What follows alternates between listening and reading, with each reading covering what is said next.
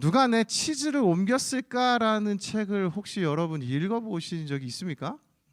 이 책 2003년에 여러분하고 거의 비슷한 나이 또래의 책인데요. 책이 이제 내용이 다음과 같습니다. 이 스니프와 스컬이라는 생쥐가 등장을 하고요. 햄과 허라는 두 어린이가 등장을 해요. 생쥐 둘과 두 명의 어린이. 근데 이 이들이 많은 치즈가 있는 창고를 하나 발견을 합니다. 그리고 그 창고 덕분에 이제 마음껏 치즈를 먹으면서 그 상황에 안주하게 된 것이죠. 그게 어린이들에게 독이 되었어요. 그러니까 열심히 살아가야 했는데 먹을 것이 풍성했던 창고를 발견했기 때문에 이들이 더 이상의 노력을 하지 않게 된 것입니다. 그래서 이 어린이들이요, 이 상황이 지속될 것이라고 안주해서 나태해져 버립니다. 집도 가깝게 이동하고 신발도 열심히 무언가 찾기 위해서 운동화 신고 있었다가 이제 슬리퍼로 바꿔 신고 뭔가 이제 점점 더 편안한 모습이 된 것이죠. 그런데 이 생쥐들은 좀 달랐어요. 매일매일 민감하게 이 줄어드는 치즈의 양을 파악하고 또 앞으로를 준비하면서 이들이 민감하게 다음을 생각을 하고 있었습니다. 오늘 대회 때 다음, 넥스트.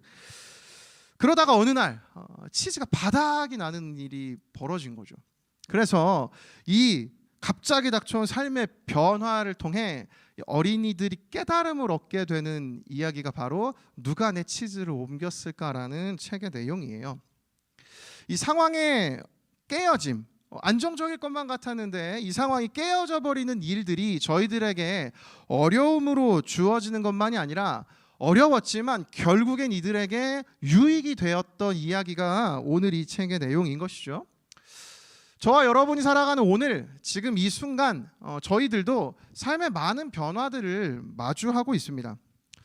본격적으로 시작된 날씨만 보아도 이제 봄에서 여름으로의 계절의 변화를 저희들이 경험할 수 있고요.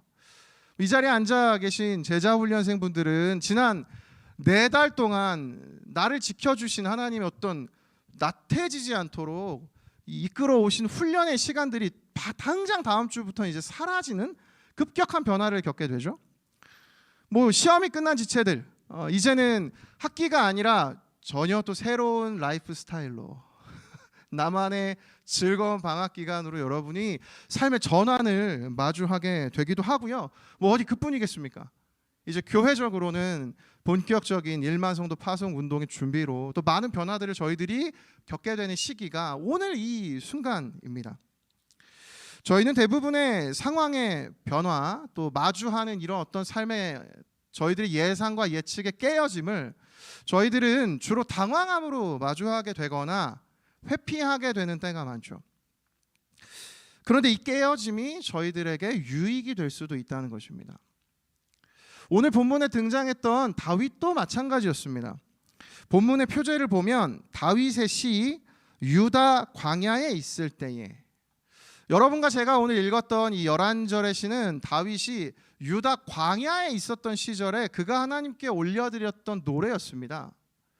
많은 학자들은 이 시기가 언제인가 두 시기 중에 하나라고 이야기를 해요. 첫 번째는 사무엘상 21장부터 23장에 다윗이 이제 막 어린 시절 사울 옆에서 사울을 돕다가 사울로부터 쫓김을 당해서 광야 생활을 시작했던 그때이거나 아니면 인생의 황혼기 마지막 저때 자신의 아들에게 쫓김을 당해서 아들이 반란을 일으켜서 왕궁으로부터 광야로 도망갔던 시기, 이 둘 중에 한 시기에 다윗이 썼던 시였을 것이다라고 추측을 합니다.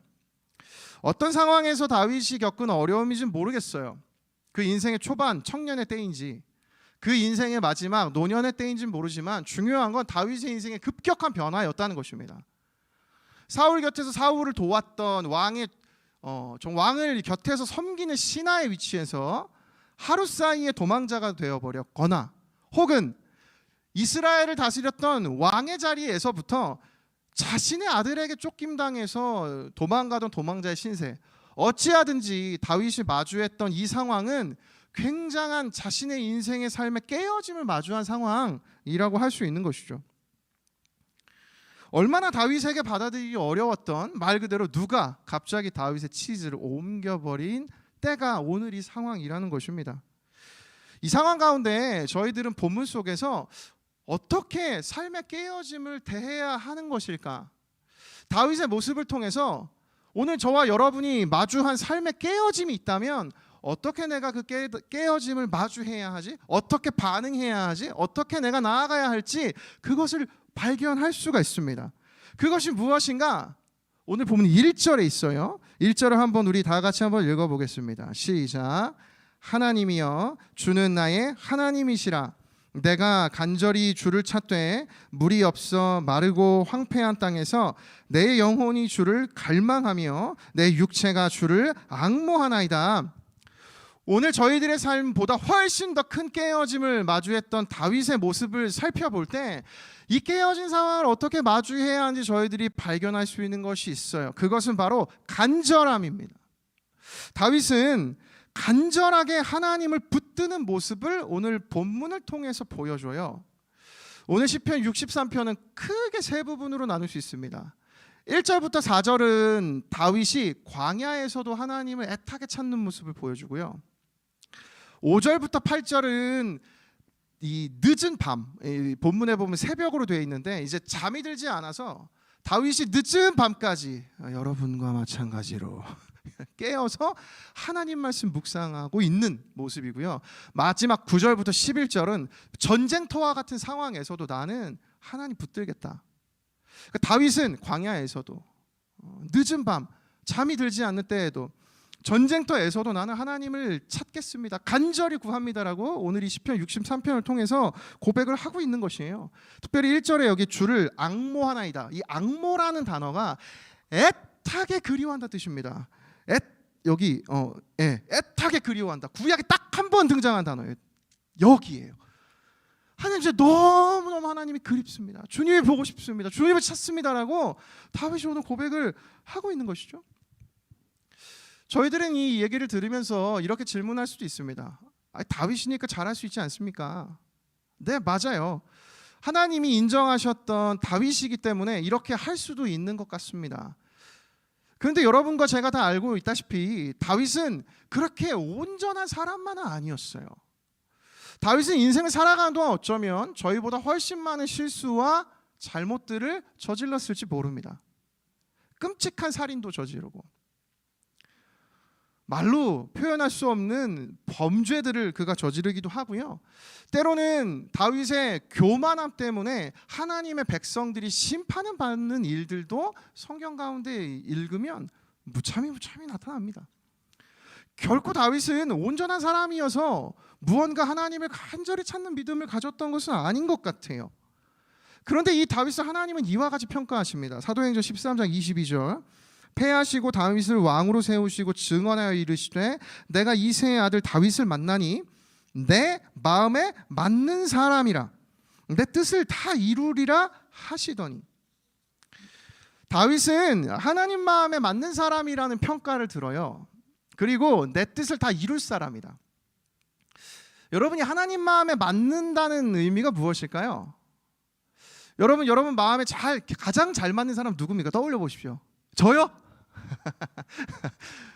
내 마음과 가장 잘 맞는 사람, 그게 의미한 게 무엇인가? 곧 나랑 마음이 똑같은 거. 내가 이걸 생각하면 이거 생각하고 저걸 생각하면 저거 생각해요. 여러분 짜장 짬뽕 하나 둘 셋 짜장이지. 이게 안 되나?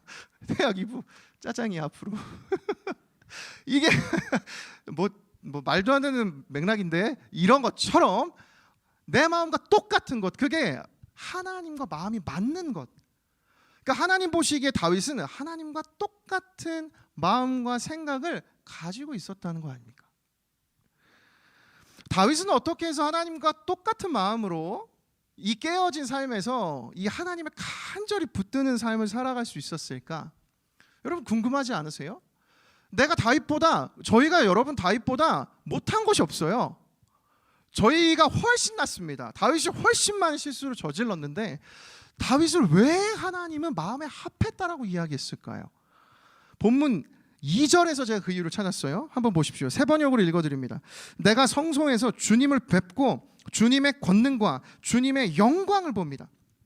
다윗이 하나님 앞에 간절히 하나님을 붙들 수 있는 이유는 그가 예배의 자리를 계속해서 지켰기 때문이에요. 이 광야의 시대에 자신이 삶의 급격한 변화, 깨어짐을 경험하고서도 다윗이 지켰던 것이 있습니다. 그는 예배의 자리를 끊임없이 지켰어요.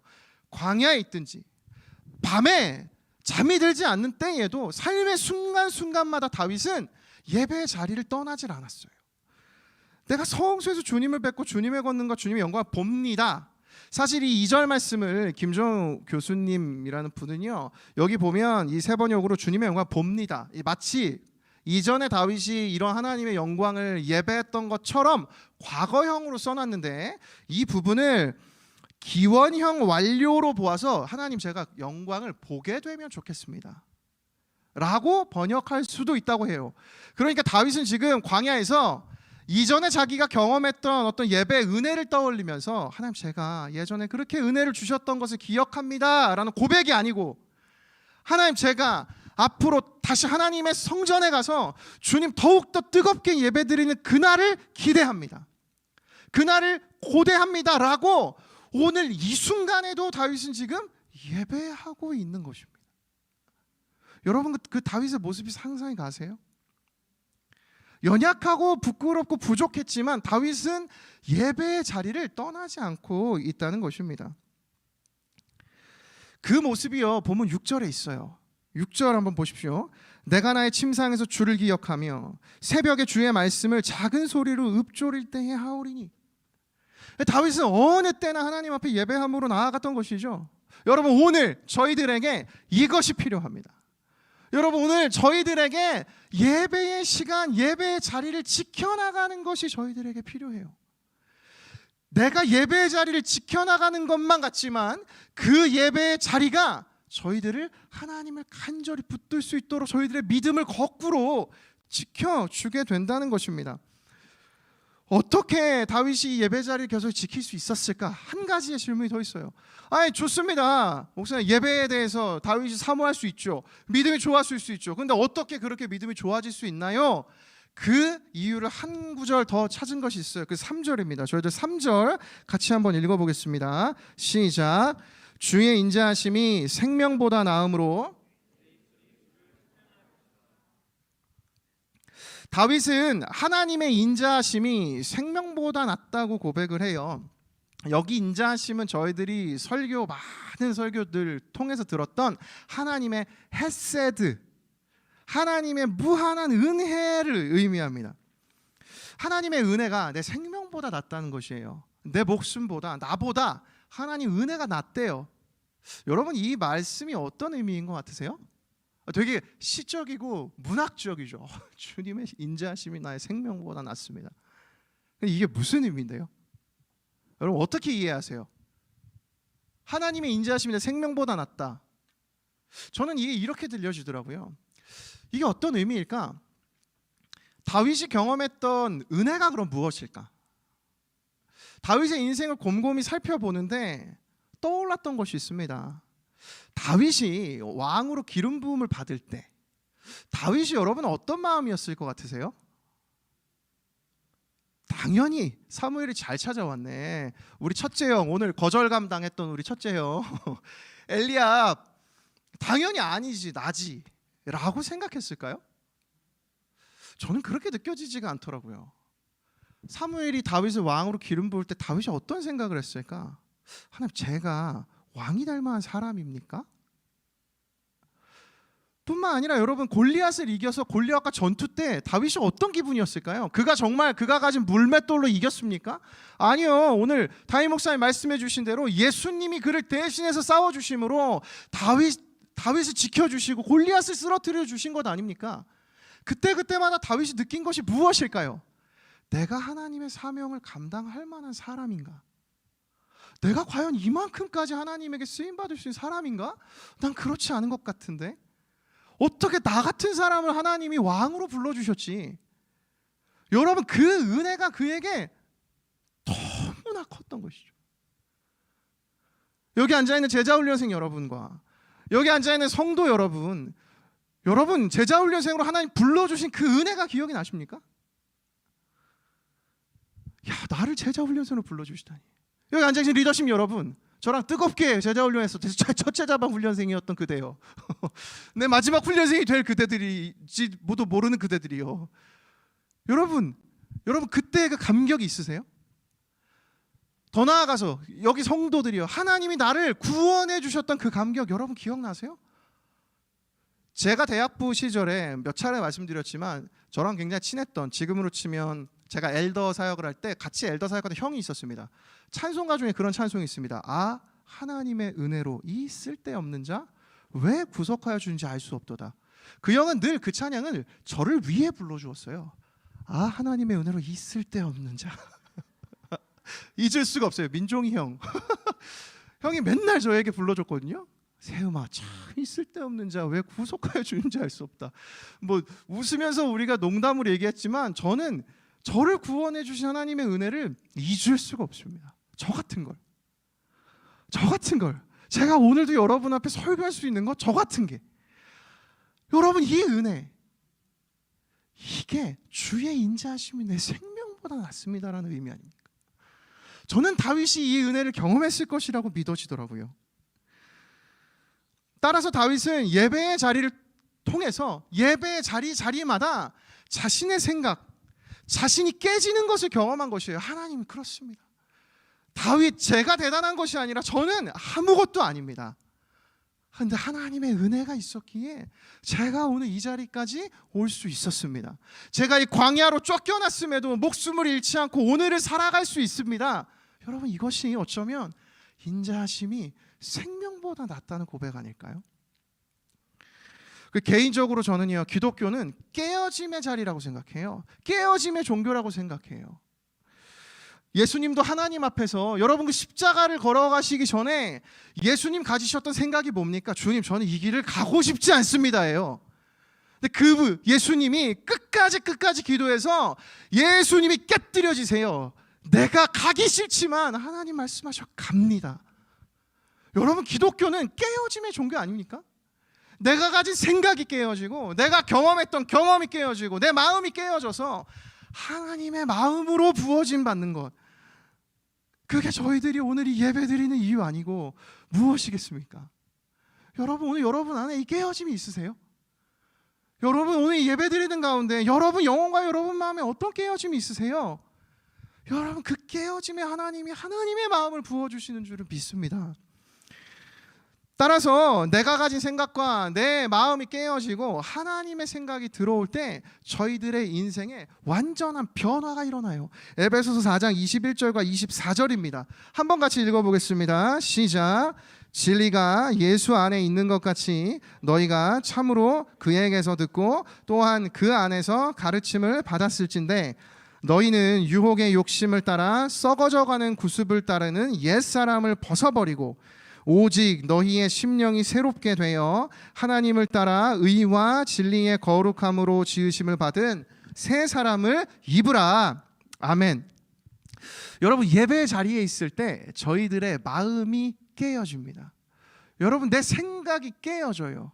그리고 그곳에 하나님의 생각이 부어져요.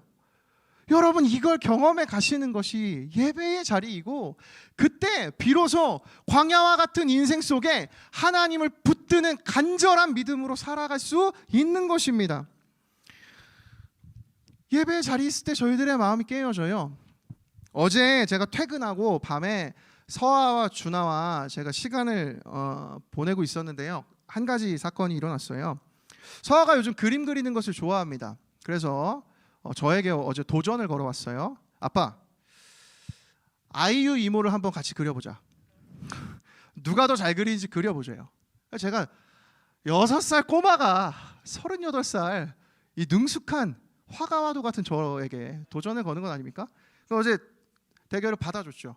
그리고 저희 둘이 그림을 그렸습니다. 제가 오늘 그 그림을 가져왔어요. 한번 띄워주시죠. 오른쪽에 잘 보이지 않지만 여러분 둘 중에 누가, 어떤 사람이 제가 그린 사람일까요? 왼쪽이 제가 그린 사람 누가 봐도 아이유지 않습니까? 네. 넘겨주세요. 네. 뭐 다들 내 마음과 맞지 않는 사람들이네요. 넘겨달라고요. 이 그림을 제가 저희 이제 첫째 서아와 함께 그림을 그리고 있었어요. 누가 봐도 뭐 제 압승에 가까운데 둘째 준하가 이걸 그리고 있던 시간에 방에서 뭔가 조용한 거죠. 그가 존재하는 것만 같지 않던 아주 조용한, 그럴 수가 없는데 방에 가봤습니다. 그랬더니 색연필, 이렇게 연필 깎는 걸 가지고 이렇게 열심히 깎고 있더라고요. 누가 보면 진짜 장인인 줄 알았습니다. 밑에 수북이 이 연필 이게 떨어져 있는 거죠. 근데 제가 어제 하루 종일 아침부터 일찍 일어나서 사역을 해서 그랬는지 제가 이렇게까지 화가 나서 거기서 이제 준하한테 제가 혼을 낸 겁니다. 근데 생각보다 제가 많이 이제 혼을 냈던 거예요. 그래서 준하가 펑펑 울면서 저한테 이제 막 눈물 흘리고 막 엄청 막 슬퍼하는 겁니다. 그래서 제가 내가 잘못했구나. 필요 이상의 화를 냈다는 생각이 들었습니다. 충분히 그냥 잘 알려줄 수도 있었음에도 저도 모르게 감정적으로 준하를 혼냈던 거죠. 그래서 제가 준하를 데리고 방에 들어가서 따로 이제 사과를 했어요. 준하야, 아빠 용서해 줄래? 그러니까 알겠대요. 그래서 이렇게 안아주고, 그것만은 좀 부족한 것 같아서 자기 전에 제가 한 3, 40분 지나서 다시 한번 준하한테 이제 2차 사과를 제가 이렇게 제안했습니다. 준하가 두 번째 사과를 얘기하니까 그제서야 속마음을 얘기하더라고요. 싫어. 싫대요. 아직 안 풀린 거죠. 제가 어거지로 막 풀어줘. 그래서 뽀뽀하고 막 서로 뽀뽀가 끝났어요. 제가 어제 그 일이 있고 오늘 일부 예배를 드리던 중에 거절감마와 이런 설교를 듣다가 제가 예배를 드리는데 어제 이 장면이 제가 떠오르는 겁니다. 그러면서 떠오른 사람이 있었어요. 그게 누군지 아세요? 첫째 서아가 떠오르는 겁니다. 왜 떠올랐냐면 어제 그 장면에서 제가 막 화를 낼 때 준하는 제가 화를 내는 걸 보고 감정을 표현했어요. 펑펑 울었거든요. 제 사과를 받았어요. 근데 제가 오늘 예배 드리는데 제 마음속에 왜 서아가 떠올렸냐면 서아는 그때 뒤돌아서 아무 일 없던 듯이 그림을 그렸는데 그게 저희들을 무시한 게 아니고 어쩌면 내가 화를 내서 너무 무서워서 모른 척하고 안 무서운 척을 하고 있었겠구나라는 생각이 들더라고요. 저는 그냥 그 일이 지나갔거든요. 준하에게 사과하고 꽤 좋은 아빠라고 생각했습니다. 한 번도 아니라 두 번이나 그의 의사도 묻고 제안을 해서. 근데 제가 오늘 예배를 드리던 중에 내가 생각이 틀렸구나라는 생각을 했어요. 첫째 서아에게는 어쩌면 나는 굉장히 무서운 아빠로 남겨질 수 있었겠구나라는 생각이 제게 찾아왔던 것이죠. 그래서 눈치만 보고 뒤도 돌아보지 않은 채 그림 그리는 척을 하고 있었던 서아가 너무 많이 생각이 들어서 참 서아가 무서워했겠다는 생각이 제 안에 들던 것입니다. 제가 가지고 있었던 난 참 좋은 아빠야, 빨리 깨닫고 돌이켰네가 아니고 제 생각이 깨어지고 마음이 깨어졌던 것이에요. 제가 오늘 설교하기 전에 아내한테 카톡해서 서아랑 대화를 이렇게 나누는 시간들을 가졌어요. 어제 이 이야기도 전해주고 서아랑 이야기 나눴거든요. 그렇게 할 수 있었던 이유가 무엇일까요? 예배의 자리. 하나님께 예배 드리던 순간에 이 생각은 설교 준비하면서 제가 준비하지도 않았던 예화예요. 오늘 예배를 드리던 그 자리 가운데 제게 제 마음과 생각이 깨뜨려져서 다시 하나님 앞에 제 마음을 하나님의 마음으로 채워가는 시간을 가졌을 때 이 마음을 품게 될 수 있었다는 것입니다. 오늘도 예배 자리에서 저와 여러분의 생각과 마음이 깨뜨려지기를 원합니다. 여러분 어떤 마음과 생각으로 오늘 이 자리 가운데 오셨습니까? 여러분 하나님께 어떤 마음에 또 어떤 믿음의 기대를 가지고 오늘 오셨습니까? 오늘 이 시간에 여러분과 제가 모두 하나님 앞에 깨어지기를 원합니다. 그 깨어짐이 무엇인지 모르지만 우리 각자마다에게 필요한 깨어짐이요.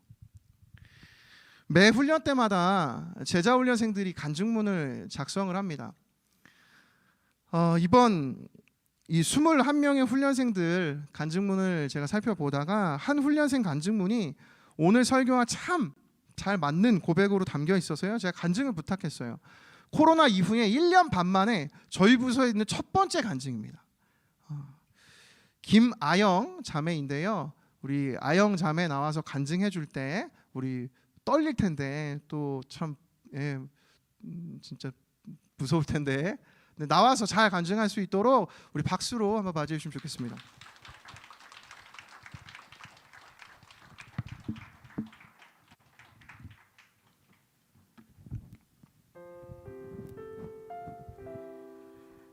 이번 학기를 되돌아보면 참 다사다난했다. 처음 맞는 리더 사역에 겁을 잔뜩 먹고 진땀을 흘리기도 하고, 사역 초반에는 참여율이 저조한 조원들을 보며 괜한 죄책감과 미안함에 많이 울기도 했다. 제자 훈련을 받는 기간 동안 참 학업적으로 정서적으로도 힘든 날들이 많았다. 어떤 날은 마음이 주체가 되지 않아 하루 종일 울기만 하고, 또 어떤 날은 너무 무기력해서 다 그만두고 싶었다. 그때 나에게 힘이 되었던 말씀은 잠언 4장 23절 말씀, 모든 지킬 만한 것 중에 더욱 내 마음을 지키라, 생명의 근원이 이에서 남이니라 이었다.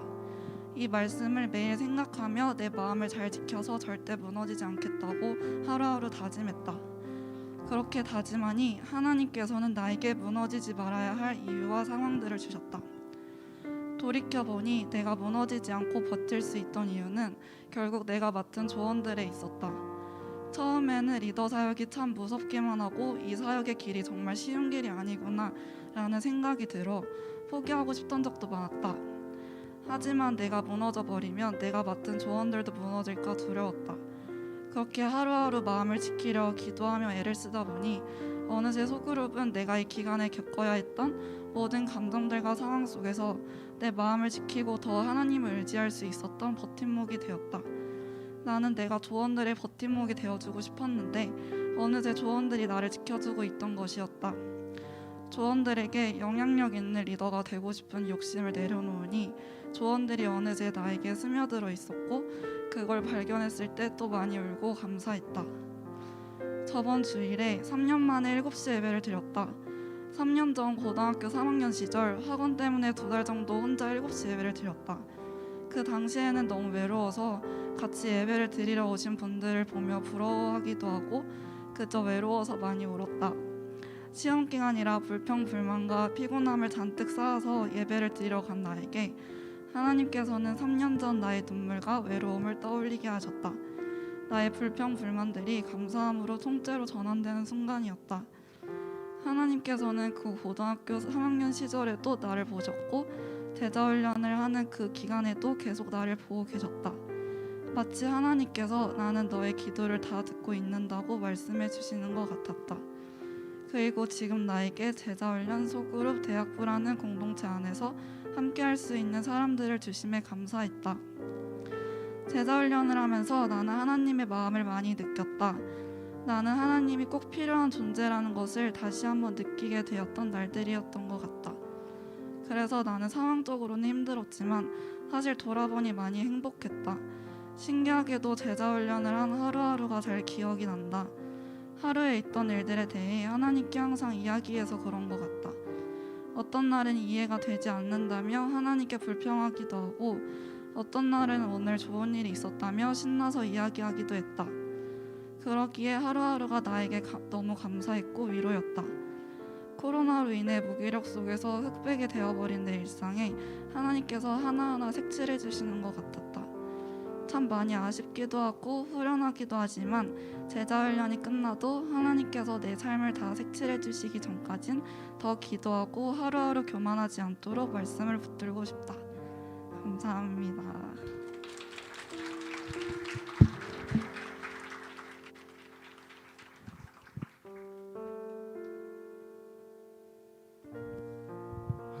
설교를 맺으려고 하는데요. 여러분 아영 자매 간증을 잘 들으셨나요?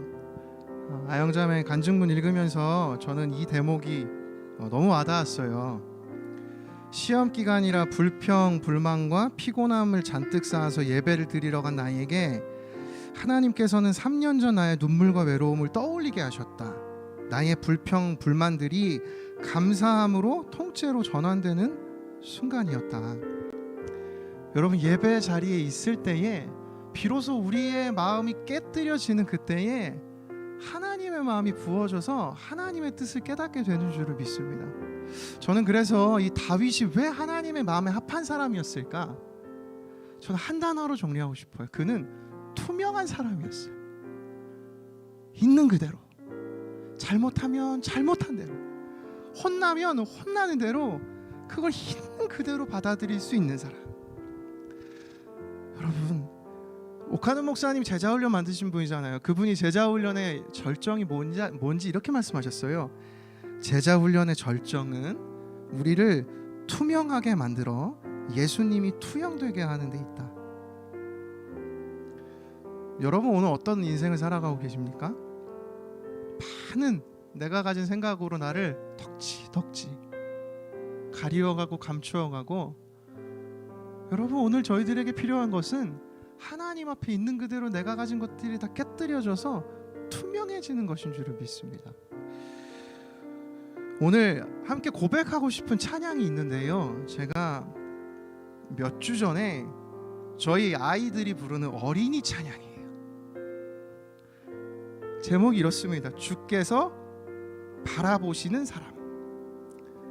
저 여러분이 이 가사 제가 불러드리지 않을 거고요, 여러분이 이 찬양 고백할 때 그 가사가 여러분의 고백이 되기를 예수님 이름으로 축복합니다. 우리 마지막으로 시편 51편 10절 다윗의 이 고백을 읽고요, 같이 한번 기도하면 좋겠습니다. 함께 읽겠습니다. 시작. 하나님이여, 내 속에 정한 마음을 창조하시고 내 안에 정직한 영을 새롭게 하소서. 아멘. 우리 함께 이 찬양 고백하면서 나아가면 좋겠습니다. 함께 고백하겠습니다. 주께서 바라보시는 사람. 주께서 바라보시는 사람, 그 마음이 주를 향한 사람, 어떠한 상황에도 주를 바라보네. 주께서 바라보시는 사람, 주께서 바라보시는 사람, 마음이 깨끗한 사람, 죄 앞에 용기 내어 주께 회개하네. 주께서 바라보시는 사람, 마음으로 주를 높이는 사람, 모든 삶 속에서 왕 되신 주를 경배해 내가 그 사람 되길 원하네. 주께서 바라보시는 사람, 마음으로 주를 높이는 사람, 모든 삶 속에서 왕 되신 주를 경배해 내가 바로 그 사람 되길 원하네. 우리 다시 한번 이 가사 묵상하며 고백하며 나아갑시다. 주께서 바라보시는 사람, 주께서 바라보시는 사람, 그 마음이 주를 향한 사람, 마음이 주를 향한 사람, 어떠한 상황에도 주를 바라보네. 주께서 바라보시는 사람, 주께서 바라보시는 사람, 마음이 깨끗한 사람, 죄 앞에 용기 내어 주께 회개하네. 주께서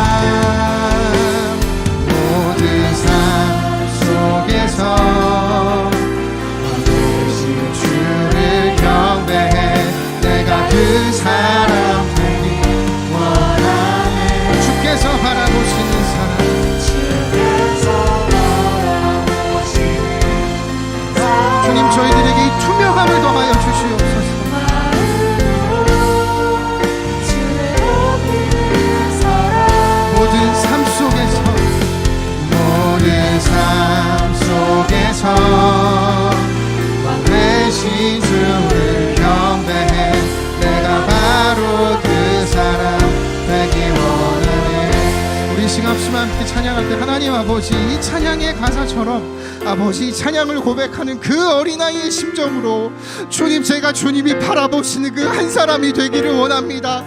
오늘 이 시간에 내 마음과 내 생각이 깨뜨려지고 하나님의 생각이 부어지는 은혜를 부어 주시옵소서. 합심하여 함께 기도하시겠습니다. 살아계신 하나님 아버지, 하나님 아버지 은혜를 부어여 주시기를 원합니다. 하나님 아버지,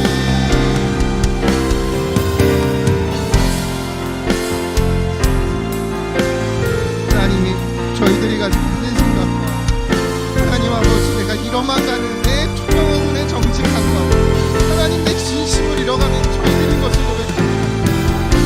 하나님, 진정한 주의 제자가 됐다는 것이, 하나님 진정한 주의 사람이 됐다는 것이 더 실력 있고 더 무겁고 더 성숙한, 더 하나님 저희들이 무언가 뛰어난 수준이 되는 것이 아니라 하나님 아버지, 저희들 안에 하나님께서 부어주시는 이 하나님의 마음을 있는 그대로 받아들이는 투명한 믿음을 가진 주의 사람이 되게 하여 주시옵소서. 주님, 저희들이 그러한 믿음을 가진 그런 주의 청년이 되게 하여 주시옵소서. 시대가 하나님 저희들이 투명함을 아이과 같이 하나님의 마음에 아파 그 하나님의 마음에 맞는 주의 청년들이 은혜를 더하여 주시옵소서. 하나님, 저희들이 이런 믿음으로 살아갈 수 있게 하여 주시고 아버지, 악한 시대 가운데 정말 하나님의 친절함으로 이 삶을 살아나가는 그런 주의 청년이 되게 하여 주시옵소서. 하나님, 은혜를 구합니다.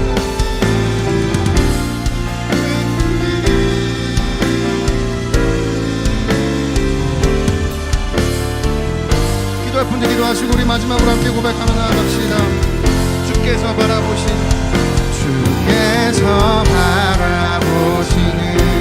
사람 마음으로 주 높이는 사람,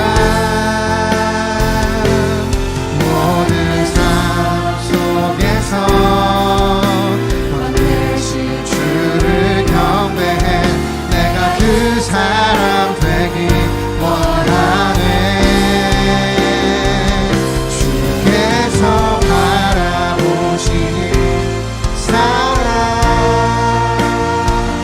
마음으로 주 높이는 사람, 모든 삶 속에서 되신 주를 경배 내가 바로 그 사람 되기 선포합니다. 나 이제 주 앞에, 나 이제 주 앞에 두 손 들고 나옵니다. 주 얼굴 바라며 내 사랑 드립니다. 언제나 주 함께 걸으며 주가 주 되심 난 누리니 오 나의 주님 사랑. 마지막으로 고백합니다. 나 이제 주 앞에 두 손 들고 나옵니다. 주 얼굴 바라며 내 사랑 드립니다. 언제나 주 함께 걸으며 주가 주 되심 난 누리니 오 나의 주님 사랑합니다. 살아계신 하나님 아버지,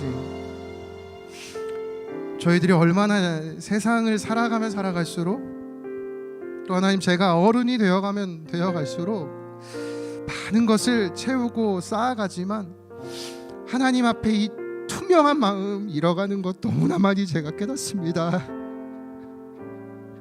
하나님, 저희들이 하나님 앞에 이 투명함을 잃지 않는 하나님의 청년이 되게 하여 주시옵소서. 하나님, 저희들이 정직을 잃지 않는 하나님의 사람이 되게 하여 주시옵소서. 더 대단한 수준을 갖는 사람이 아니라 내가 깨어지고 깨어져서 내 안에 예수님이 드러나는 인생이 되게 하여 주시옵소서. 하나님 그 일을 이루실 그 하나님을 신뢰합니다. 하나님 그렇게 참된 제자로 살아갈 수 있는 저희들이 되게 하여 주시옵소서. 지금 우리 구주 예수 그리스도의 은혜와 하나님 아버지의 다함없는 사랑과 성령의 교통하심이 이 자리 가운데 평생의 하나님 앞에 예배 자리를 지키며 살아가기로 다짐하며 예배한 이 자리에 모인 모든 하나님의 사람들과 항상 함께 하시기를 간절히 축원하옵나이다. 아멘.